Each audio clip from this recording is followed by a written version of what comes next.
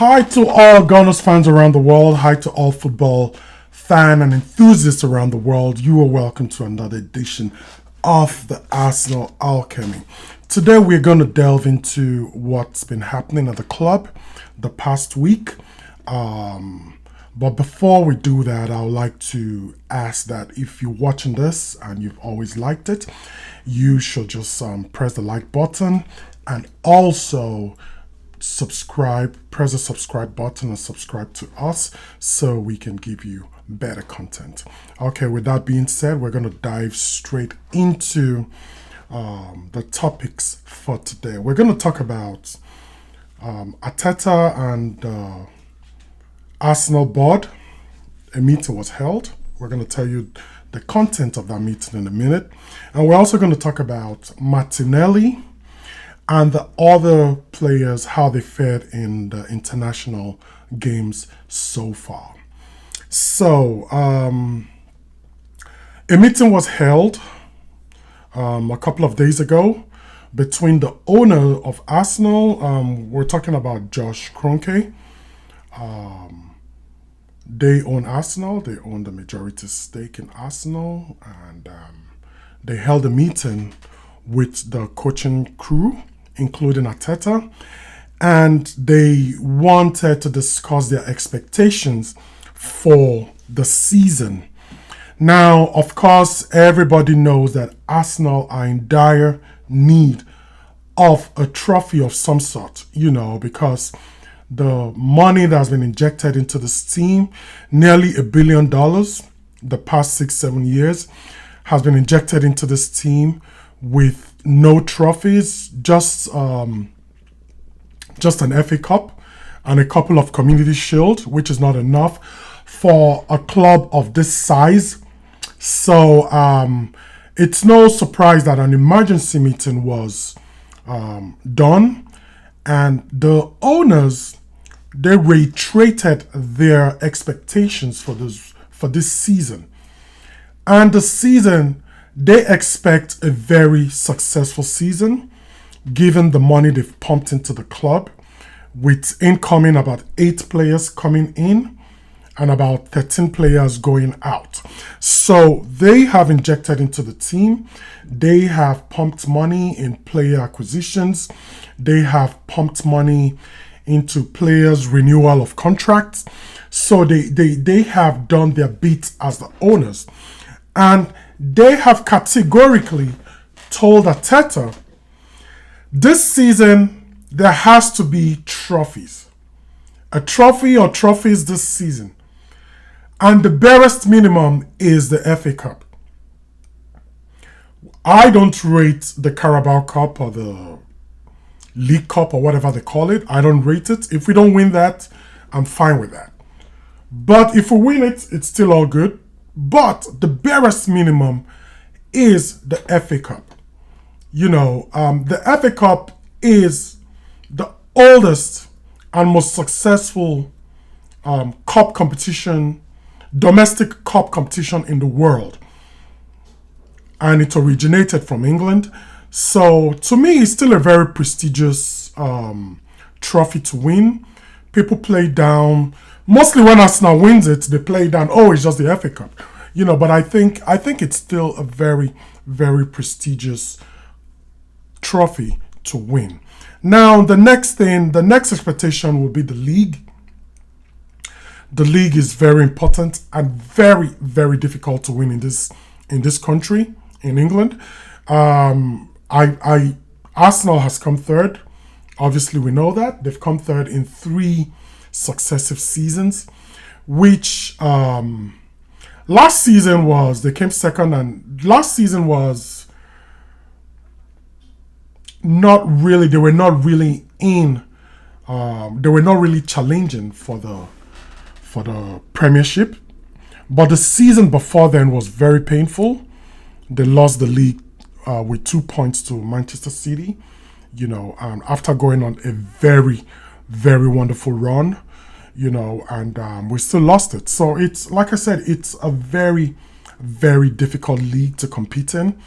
But then the owners have pumped in money.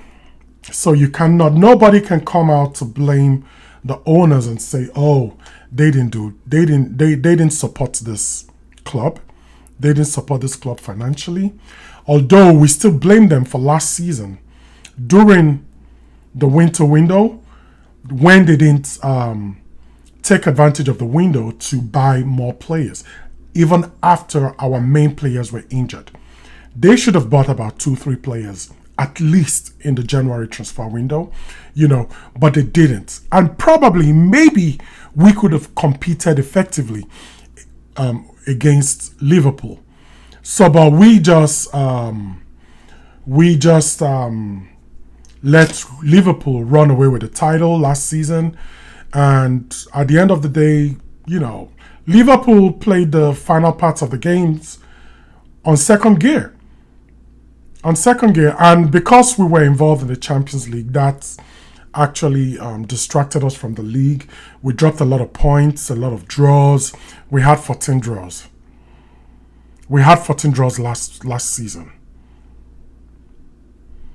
Convert 10 of those 14 draws to wins, and we had 20 more points, and we win the league. So yes, this season we hope to address the draws. We want to go all out to win games, and this is all down to the manager to devise a very effective tactics, a very effective game plan for games. I know the start of the season is very difficult. Six of the teams we're meeting is very difficult teams. First 6-7 teams in the league, we're meeting them in the first 6 games, so it's going to be a very difficult start to the season. But, if you want to win the league, you have to win the best. You have to win, not just win, effectively win, so you can create that fear factor in other teams towards you. So, yes, the owners have told Mikel Arteta and his crew, no messing around this season. This season, you have to win. This season, you have to win a trophy. The bare minimum being the FA Cup, the league, and the Champions League. That is the way it's going to be. There's no excuse now. You've spent as much as any club in the world, so there's no excuse. Injuries shouldn't be an excuse this season. There's somebody in every single position. There is an extra person in every single position.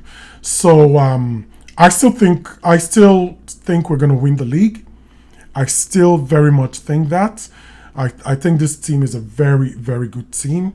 If Arteta can just be more adventurous, if Arteta can allow the boys play their football without being overly too defensive and overly too predictable, I think we should catch teams on transition. I think the counter attacks, and I think if we play with more freedom, I think we can achieve this feat. So you tell me what you think in the comment section. Do you think we're going to make it this year, or do you think it's going to be second position or even lower? You let me know what you think in the comment section. And with that, we move to the next topic. And the next topic will be Gabriel Martinelli. Gabriel Martinelli has to be the most maligned player in the Arsenal setup last season and this season. To me, last season he wasn't as bad as people are making him out to be. But this season, from pre-season, it's been shocking to say the least. I am one of the biggest fan of Gabriel Martinelli, and I can tell you that this season he's just been a disaster this season. There's no end product. He doesn't even run. He doesn't take any player on successfully. He doesn't even make the right passes. It's shocking. It's shocking. And it doesn't help that the only game he didn't start, we won that game 5-0 against Leeds. We won that game 5-0. He didn't even come off the bench. Then the Liverpool game was so weird. I know he helped defensively, but going forward, it's almost like he's forgotten how to play football. It's almost like he's forgotten how to take on players. This was an explosive player. I remember watching Martinelli 4 or 5 years ago in training, and all the press people came and they wanted to watch Gabriel Martinelli. They didn't want to watch Lacazette or Aubameyang. They wanted to watch Gabriel Martinelli. They were like, "Who is this wonder kid? This guy is going to be a huge success in Arsenal." Now, fast forward to 2025, and this guy is just a shadow of himself, at least while playing for Arsenal, because I watched him play for Brazil, and he did very well. He started for Brazil. He played about 65 minutes for Brazil. He played very well. In fact, the second goal, he had a pre-assist in the second goal. Like I said, he played very well. He was like a different player. So what's going on with Martinelli in Arsenal? What is really the problem? Is it the training? Is it Arteta's tactics? I know Martinelli's game is hitting teams on transition, quick, fast break, counter attack. He will outrun any defender. Now we kind of try to control games, take our time, control games, look for the right moment to strike. That is not really his game. That is not the kind of way he was trained. And remember, when this guy came in, he was a 9. Gabriel Martinelli was a 9, in case you didn't know. Now he plays as an 11. He plays as a winger. He used to be a 9. He used to be a central attacker. It's what it is. He's played on the wings for so long. He should have mastered that position by now. And I still think there's a player there, like we saw against Brazil, like we saw him playing for Brazil. I still think there's a player there, and it's all up to Arteta to bring out the player in him, to bring out the right tactic that will unlock the real Gabriel Martinelli. I hope he does well. I'm rooting for him to do well. I think the lower games, the Carabao Cup, the FA Cups will do him a lot of good. When we play the lesser teams, that could boost his confidence. So quickly, we are going to move to the next segment. We're going to talk about a few players and how well they did on international duties. The first person is Mikel Merino. Mikel Merino started for Spain in midweek against Bulgaria. And he scored a goal. He scored the third goal. Now, the reason why I'm talking about Mikel Merino is I'm just curious about something. Is Mikel Arteta not using Mikel Merino properly? Because for Spain, there was a striker and Mikel Merino played just behind the striker. He still scored goals. In fact, he was the tormentor-in-chief for Spain. Some of his attempts pulled up some very fantastic saves from the Bulgarian goalkeeper. They were world-class saves. And I was like, is this Merino? Merino was so impressive. I don't know who the man of the match was, but Merino should have a shout in the man of the match for that game. He was so impressive. He was better than the striker, Bajal, that plays for Real Sociedad, who strikes for Spain. He was better than him.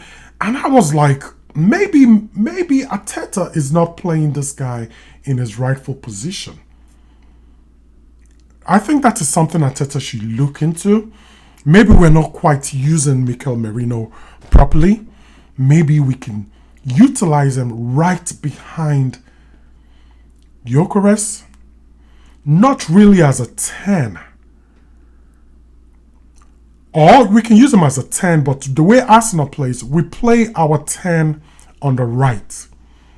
If we can play our 10 in the middle and adopt a 4-4-2, I think this team needs a 4-4-2 system because Gyökeres, we've seen, is always very isolated in the front. The 10 and the 8 isolate themselves from him. Perhaps Arteta should play a 4-4-2 where a second striker is needed, and there is no better person. Excuse me. There is no better person to play that position than Mikel Merino. Mikel Merino as a second striker, we're going to get goals. We are going to get goals, you know, and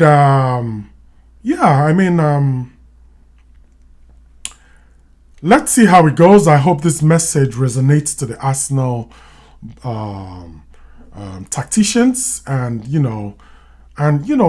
try this against the lesser teams and see how it goes. But I'm very, very sure it can work. The way Spain plays, they play the 4-4-2. You would think their midfield will be exposed, but it's not. So I think it's food for thought for Arteta. So we're going to move to the next player, and that is Victor Gyökeres. Victor Gyökeres represented his country, Sweden, and he assisted 2 goals. He was really good. He played really well. The game was against Slovenia, and it was against Sesko on the other end. So, and it ended a 2-2 draw with Slovenia scoring an equalizer in the last dying minute of the game. But Victor Gyökeres to me was very, very impressive. Like I said, he assisted the 2 goals, and he played really well. And he wasn't isolated this time. Unlike the way he plays for Arsenal, I think he's isolated too much for Arsenal. I think a player needs to be closer to him because his hold-up play is actually not bad. It can improve. His ball control is lacking somewhat, but I think he can improve. But like I said, someone needs to be closer to him. A player needs to be closer to him. And like I said earlier, Mikel Merino, I think, is that player to help him. Hold up play, even if you don't score goals, be influential in games. Add some assists to your game. It will raise your confidence. Sometimes you can take on the goal yourself, and I think it's still gonna fire us to the Premier League season. Now we go on to the next player whom I was so impressed with too, and that is Riccardo Calafiori, the Italian model turned footballer. Man, this guy was fantastic for Italy as Italy played, although it was a lowly Estonia. But Italy won that game emphatically, 5-0. Calafiori played centre-back, as he does for Italy. This guy is a versatile player.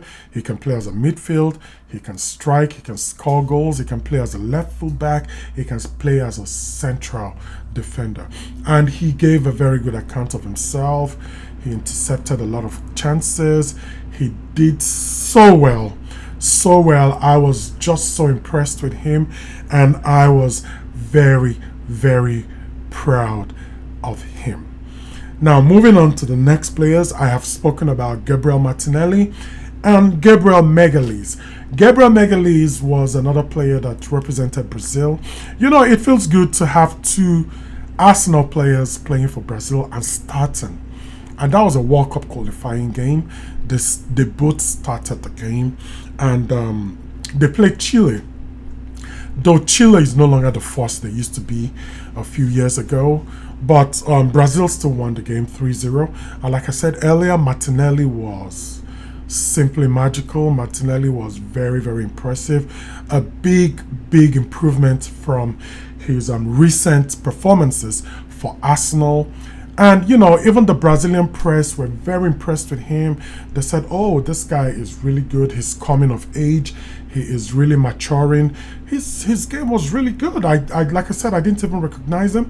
As usual, Gabriel Martinelli, on the other hand, was fantastic. His usual self, solid, aggressive, controlled at the same time. You know, didn't give the strikers any chance. He didn't give them any breathing space. As usual, he was fantastic. And that will be all for the players we're going to cover for the international break. And don't forget, the England match is coming up very soon. It's going to be against Andorra. I haven't seen the team sheets, but I'm sure it's going to be a walk in the park for England. And my dear country, Nigeria, we played Rwanda by 12 for the World Cup, for the very crucial World Cup qualifier. So may I put it that we are in a very precarious situation. Nigeria is in a very, very bad situation. We have 7 points from 6 games. That is very, very unacceptable. So we play Rwanda by 12 noon today, and nothing short of a win will help us. Already, South Africa leads the group, and they have 16 points. Yeah. After the game with Rwanda, we're still going to play South Africa on Tuesday. And if we can win both games, we probably will have a chance and hope that the last game that South Africa drops points or lose, not even drop point, lose the game, so we can win and top the group.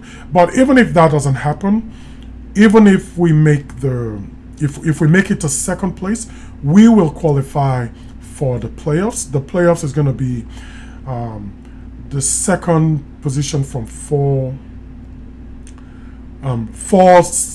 best second positions.